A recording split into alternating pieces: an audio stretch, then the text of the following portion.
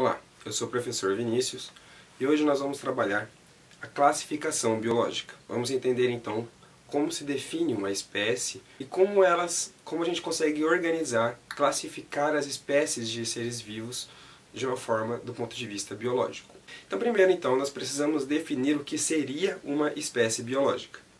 Então para vocês, o que seria uma espécie? Como a gente poderia definir uma espécie? Qual é a diferença, por exemplo, entre um tigre e um leão, ou um tigre e um gato doméstico, por exemplo? Então a definição mais aceita na biologia de uma espécie são de indivíduos que vivem, compartilham o mesmo ambiente e que são capazes de se reproduzir entre si e gerar descendentes férteis, levando em consideração, é claro, o comportamento, características morfológicas e genéticas, estilo de vida, e outras características que vão ser relativas a cada espécie, certo? E para a gente entender então como é feita a classificação biológica atualmente, precisamos dar um contexto histórico, Como por exemplo, lá antes de Cristo, cerca de 380 anos antes de Cristo, as pessoas já começavam a pensar em uma maneira de classificar os seres vivos, uma maneira de colocar os seres vivos em grupos. Um dos primeiros a classificar os seres vivos, um dos primeiros a tentar dar definir o conceito de espécie foi Aristóteles, cerca de 350 anos antes de Cristo. Aristóteles foi um dos primeiros a definir espécies e a catalogar espécies. Ele conseguiu catalogar cerca de 500 espécies na época dele. Só que na época de Aristóteles se pensavam que as espécies eram imutáveis, que elas já começavam de uma certa forma e que elas seriam daquele jeito para sempre.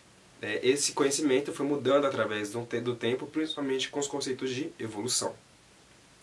Mais para frente temos Carlos Linnaeus.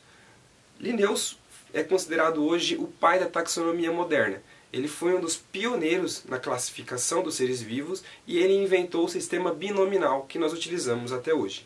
Nós vamos ver mais para frente, mas nesse sistema utiliza-se dois nomes principais para se nomear uma espécie. O primeiro nome sendo o gênero e o segundo nome sendo a espécie. Já em 1866, o cientista Ernst Haeckel conseguiu classificar os seres vivos em 3 grupos, sendo eles os animais, as plantas e os protistas. Essa classificação foi mudando através do tempo, principalmente com as descobertas de Richard Whittaker. Com Linneu, então, nós temos a taxonomia moderna, que é o método de nomenclatura que nós utilizamos até hoje na biologia. A taxonomia é, portanto, a área da biologia que estuda e nomeia as espécies, a classificação dos seres vivos. Nós temos, portanto, hoje a classificação em seres vivos em domínios, reinos, filos, classes, ordens, famílias, gênero e espécies. Essa divisão que utilizamos hoje em dia, levando em consideração os domínios, foi uma proposta de Richard Woolsey, que estabeleceu que existe um grupo de seres vivos acima dos reinos, que até então eram a categoria mais abrangente de seres vivos que nós tínhamos. Na nomenclatura binominal, como já foi dito, nós utilizamos então 2 palavras que vão definir a espécie, sendo que a primeira deve ser sempre escrita com a primeira letra em maiúsculo, que define o gênero do animal. Como exemplo, nós temos a Loxosceles intermédia, que foi descrita então por Melo Leitão em 1934 e se trata de uma espécie de aranha. O primeiro nome, Loxosceles, define o gênero daquela aranha. E o segundo nome, intermédia, é o nome que foi escolhido pelo cientista que descobriu essa espécie.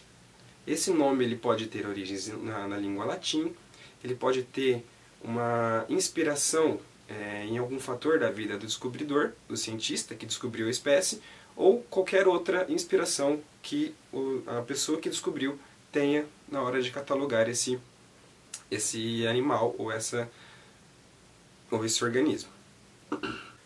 Levando em consideração a classificação de Woolsey, nós temos então os 3 domínios, que seriam o primeiro taxon, o grupo mais abrangente, que abrange a maioria dos indivíduos, sendo eles o domínio Bacteria, o domínio Archaea e o domínio Eucarioto.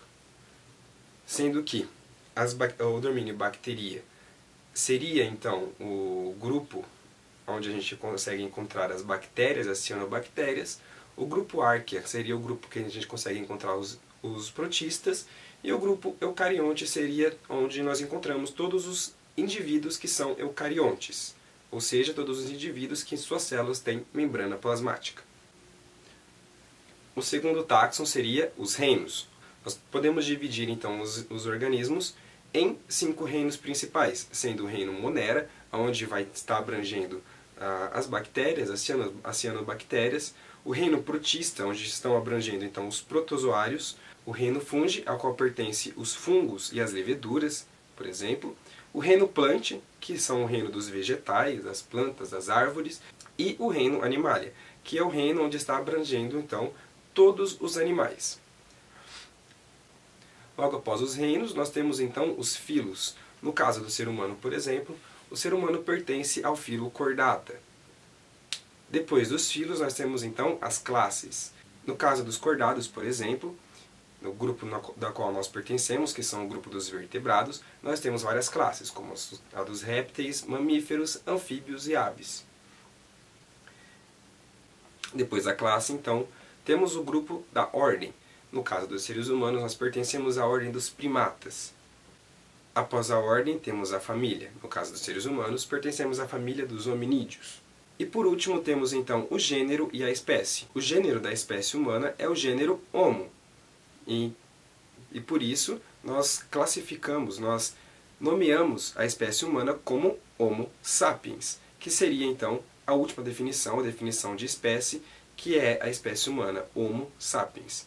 Teríamos ainda um outro tipo de classificação, que seria a subespécie. No caso da espécie humana, seriam os Homo sapiens sapiens, né, que é um tipo de classificação ainda mais seletiva, certo?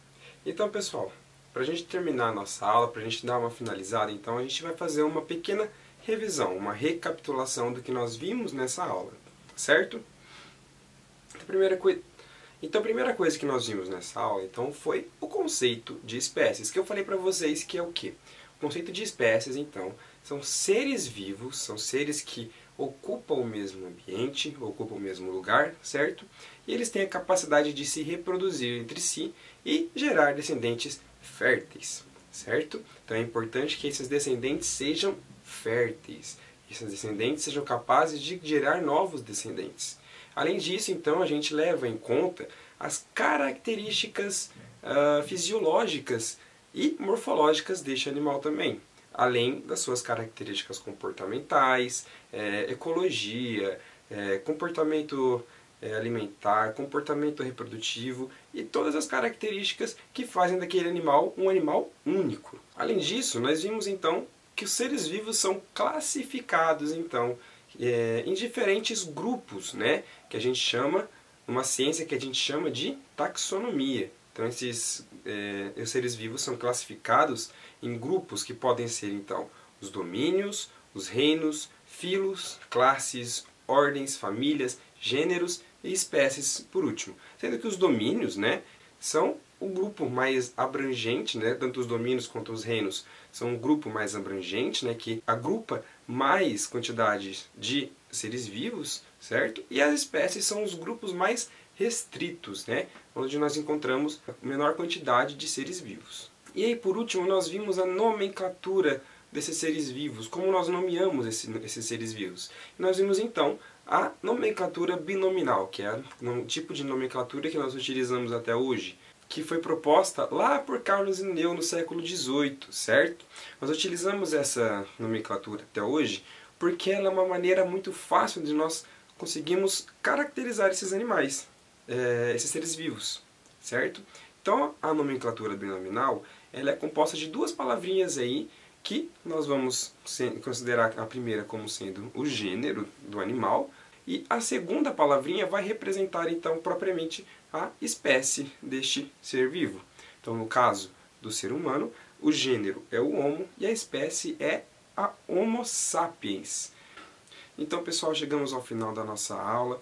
Espero que vocês tenham aprendido, espero que vocês tenham conseguido assimilar o conteúdo, tá certo? E nós nos vemos então na nossa próxima aula, beleza?